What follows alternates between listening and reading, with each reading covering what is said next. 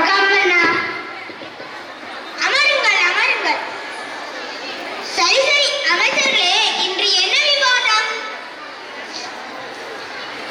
வணக்கம் அண்ணா. நம் நாட்டில் பல பிரச்சனைகள் தலைவிரித்தாடுகிறது. தலைவிரித்தாடினால் என்ன? இழுத்து கட்டிவிட வேண்டியதானே. சரி சரி, அப்படி என்ன பிரச்சனைகள்? முதலாவது கொசு தொல்லை, அடுத்தது தண்ணீர், அடுத்தது விவசாயம், விலைவாசி ஏற்றம், பெண்களின் மீதான வன்கொடுமைகள், இப்படி பல பிரச்சனைகள் மன்னா. நம் நாட்டில் இத்தனை பிரச்சனைகளா? அமைச்சர்களே, முதலாவதாக கொசு தொல்லையை ஒழிக்க கூறுங்கள் உங்கள் கருத்துக்களை. மன்னா, கொசு கடிக்க வரும்போது ஓடி ஒளிந்து கொண்டால் என்ன? அப்படியே ஒரு பாறையில் அடைத்து வைத்தால் என்ன? ஓஹோ, அருமை அருமை. அண்ணா, கொசுவை பிடித்து நசுக்கி விட்டால் என்ன?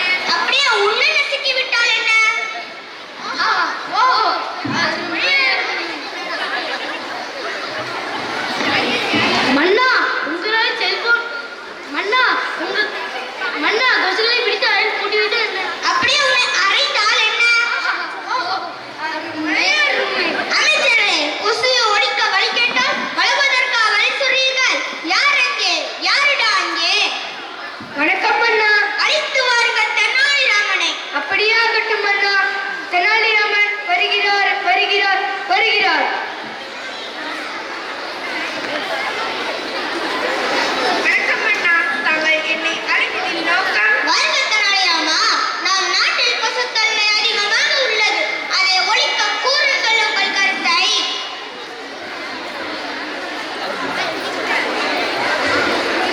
மன்னா, வீட்டின் அருகாமையில் குப்பை கொட்டாமலும் தண்ணீர் தேங்காமலும் பார்த்துக் கொள்ள வேண்டும். மக்கள் இதை ஏற்றுக்கொள்வார்களா? காகாகவோ? ஹா ஹா ஹா ஹா. நீ என்ன அமைச்சரல்லவா? சற்றே யோசிக்க வேண்டிய சிந்தனைதான். இப்படி செய்தால் என்ன? வீட்டில் சுற்றுப்புறத்தை தூய்மையாக வைத்துக் கொள்பவர்களுக்கு அன்லிமிட்டட் டேட்டாவுடன் போதிய மொபைலை பரிசாக வழங்கப்படும் என்று அறிவியுங்கள்.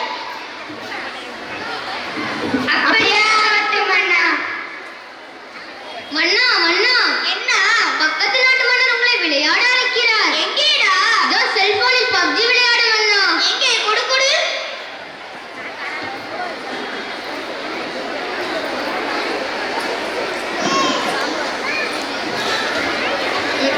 நாடு நல்லா உருப்படும். மன்னா, தங்களை காண பிரபலமான டுபாக்கூர் செல்போன் கம்பெனியின் உரிமையாளர் வந்துள்ளார். வரச்சொல். விளையாடுவதற்கு கூட நிம்மதி இல்லை. தாங்கள் உள்ளே செல்லலாம். வணக்கம் அண்ணா. வாருங்கள் வாருங்கள். சூடாக என்ன சாப்பிடுறீர்கள்? எதுவும் வேண்டாம் அண்ணா. தாங்கள் வந்ததின் நோக்கம்? அண்ணா, எங்கள் டுபாக்கூர் கம்பெனியில் 6G மொபைலை உங்கள் நாட்டில் அறிமுகப்படுத்த பர்மிஷன் வேண்டும். நீங்கள் எது வேண்டுமானாலும் வைத்துக் கொள்ளுங்கள். ஆனால் எனக்கு புரிகிறது மன்னா. உங்களுக்கு சேர வேண்டிய கமிஷன் சரியாக வந்துவிடும். நன்றி. தேங்க்யூ. ஆஹா, ஓஹோ, அருமை அருமை.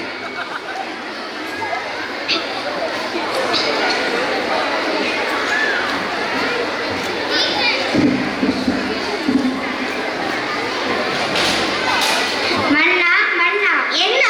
என் பிள்ளை நிலைமை பாருங்கள். இருக்கிற பிரச்சனை போதாதென்று இதுவரை புது பிரச்சனையா? Enemy said I was surprised. ஆமா, இவளுக்கு என்ன ஆயிற்று? போனே இல்லாமல் கையில் போன் இருப்பது போல நாடிக்கொண்டே இருக்கிறாளே. ஐயோ, இந்த பர்ராபில்லை ஏன் கேட்கிறீர்கள்? இரவும் பகலும் ஓயாமல் செல்போனை விளையாடியதால் மனநிலை பாதித்து விட்டது மன்னா. அப்படியா? ஆமா, இந்த செல்போன் ஒழிக்க வழிகள் தான் என்ன? அமைச்சர்களே, கூறுங்கள் உங்கள் கருத்தை. இலவசமாக வழங்கும் இன்டர்நெட் சேவையை கட் பண்ணினால் என்ன? அப்படியே உன்னை துரத்தி விட்டால் என்ன? மன்னா, செல்போனை தூக்கி குப்பையில் போட்டால் என்ன? அப்படியே உன்னை வாரி குப்பையில் போட்டால் என்ன? மன்னா, உங்களால் செல்போன் இல்லாமல் வாழ முடியுமா? கடிதம் தான். யார் அங்கே? யாருடா அங்கே? வணக்கம் அண்ணா. அழைத்து வாருங்கள் தெனாலிராமனை. அப்படியே ஆகட்டும் அண்ணா. ஏன் தெனாலிராமன், நாங்களே கருத்து சொல்கிறோமே. உங்கள் கருத்தா? ஹா ஹா ஹா ஹா. அது சிந்திக்க அல்ல, சிரிக்க. அப்படி என்ன தெனாலிராமனுக்கு பெரிய புலமை? மன்னரை கேள்வி கேட்கிறாயா? ஏன் நமக்குள் வாதம்? தெனாலிராமனிடம் 10 கேள்விகள் கேட்போம். அதற்கு சரியாக பதில் கூறிவிட்டால் அவரே அறிவு சிறந்த புலவர் என்று ஏற்றுக்கொள்ளலாமா? அப்படியே ஆகட்டும் மன்னா. தெனாலிராமன் வருகிறார் வருகிறார் வருகிறார். மீண்டும் பிரச்சனையா? வந்துட்டாயா? வந்துட்டா. வணக்கம் மன்னா, தாங்கள் என்னை அழைத்ததின் நோக்கம்? வாங்க தெனாலிராமா, உங்களது புலமை நிரூபிக்க 10 கேள்விகள் கேட்கப் போகின்றேன். அதற்கு சரியாக பதில் கூறிவிட்டால் நீங்களே அறிவு சிறந்த புலவர் என்று அறிவிக்கப்படும்.